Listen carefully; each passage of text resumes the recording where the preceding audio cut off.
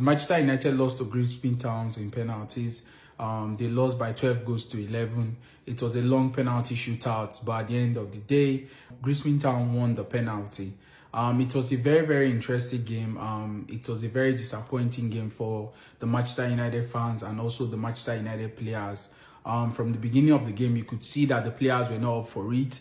They weren't putting up for duels. They were losing their duels, losing 2-0 in first half because they weren't that interested. Grimsby Town had more of the ball, created more chances, and they scored 2 goals. One of the goals, the player handled the ball with his hand, but even at that, they made up their luck, and so they were winning 2-0.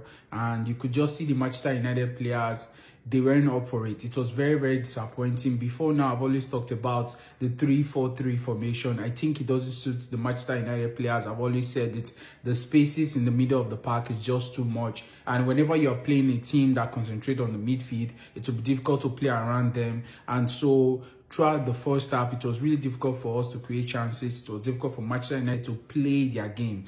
Again, playing 5 defenders against a team, Grimsby Town, was very, very uncalled for. I think Ruben Amorim needs to, wake up and understand that this formation is not working and he needs to adapt. That's one of the issues with Ruben Amorim from last season. He's not willing to adapt. He's not willing to change the formation. He's not willing to change his style. And I think the players he has at Manchester United, they don't have that good knowledge of the 3-4-3 formation, even as much as he has, he said he needs time on the training ground. With all the time on the training ground, you could see a lot of cracks in the team. They don't know what they are doing. When they lose the ball, they are everywhere. The first goal was just so easy. Like, it was so easy. Now, Onana coming back to the team, you would expect, he has that experience. He has been to the Champions League final. But again, the 2 goals were just big goalkeeper errors that, for me, it's not acceptable.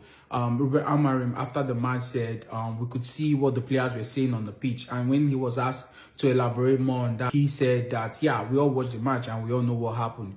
I don't know how it will be for the next match against Burnley, but it was a terrible match for Manchester United.